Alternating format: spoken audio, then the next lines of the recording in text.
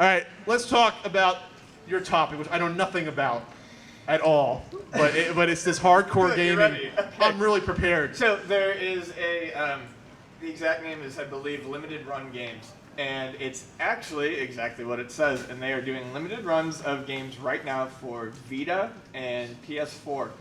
And these are essentially independent games that normally wouldn't get a physical release. Sure. Each one that they do is being numbered like a comic book.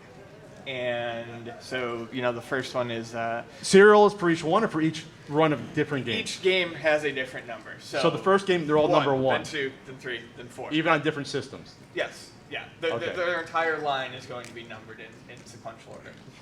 Okay, it's interesting. I think it's interesting because people like physical copies. I think everyone in this room probably does. If you're at a retro gaming exposition, you're probably into cartridges and CDs and having the real deal. I think this is great for people who want physical copies and they don't want to change over to digital. What kind of scares me about it, though, is the way they market it with the numbers and they're called limited run games. I always get nervous when things like that pop up because I feel like they might be preying on a impulsive collector community sort of That would never happen. idea. There would be no one ever try to come out with a shoddy product to prey on the collector community. No, that wouldn't happen. Not at all. But That's not. That's but Didn't though. that begs a question about then.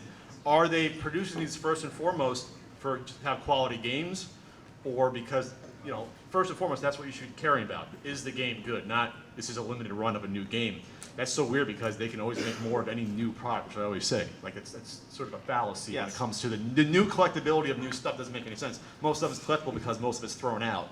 There's not a lot left. Or it's just it's on production. Yeah.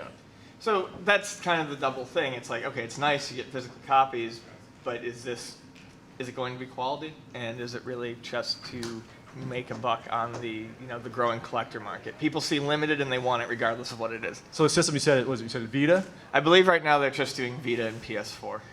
Do you think that can sustain itself just for at least for Vita? Is there still a huge market for a big market enough for a Vita for limited run games? I guess it depends on how limited the run is. This is where I really need my MacBook to look up what these games are. That would be fantastic. They only announced one, and I don't remember the names because I suck.